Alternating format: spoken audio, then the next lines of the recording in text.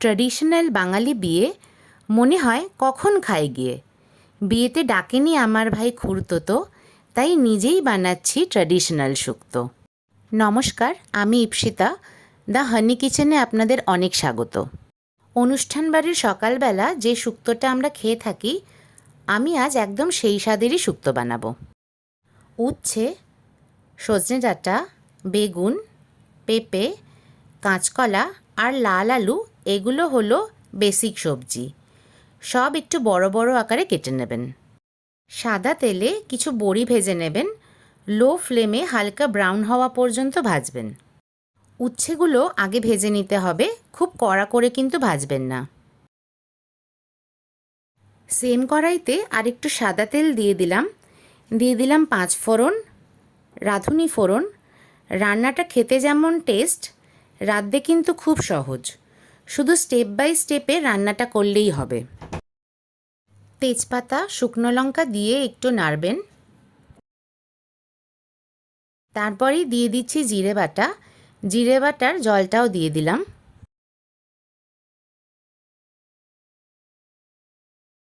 দিলাম আদা বাটা।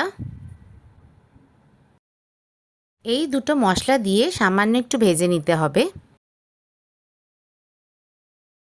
এখন দিচ্ছি ধনের গুঁড়ো।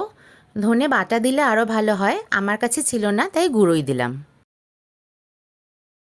মশলাটা একটু নাড়াচাড়া করেই দিয়ে দিলাম আলু, পেঁপে আর দিয়ে দিলাম সজনে ডাঁটা। ভালো করে নেড়েচেড়ে ঢাকা দিয়ে সবজিগুলো সেদ্ধ হওয়া পর্যন্ত অপেক্ষা করতে হবে। দিয়ে দিলাম সামান্য নুন। নুনটা প্রথমে কমই রাখবেন যাতে পরে আপনারা অ্যাডজাস্ট করতে পারেন। এখন ঢাকা দিয়ে রান্না করবেন, আলাদা করে জল দেওয়ার দরকার নেই। সবজির থেকেই কিন্তু জল বেরোবে, সেটাতেই রান্নাটা হবে। সামান্য সেদ্ধ হয়ে গেলেই দিয়ে দেব কাঁচকলা। এখন কিন্তু বেগুন দেবেন না, কারণ বেগুন খুব তাড়াতাড়ি সেদ্ধ হয়ে যায়, তাই বেগুনটা পরেই দেব।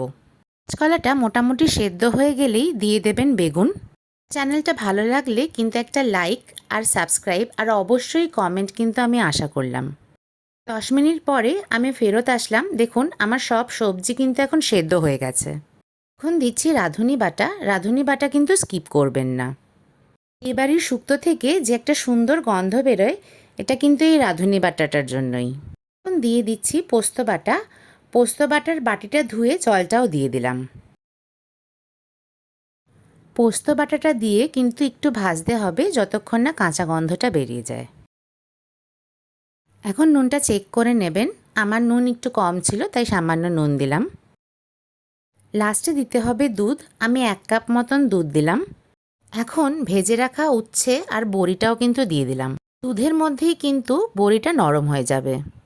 বড়িগুলো কিন্তু আগে দেবেন না, তাহলে এত নরম হয় বড়ি যে আগে দিলে গলে যেতে পারে। দুধটাতে সামান্য একটু ফুট আসলে পরেই দিয়ে দেবেন ঘি।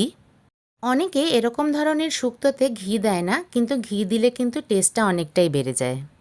2-3 মিনিট মতন রান্নাটা হলেই কিন্তু আমার রান্নাটা একদম রেডি।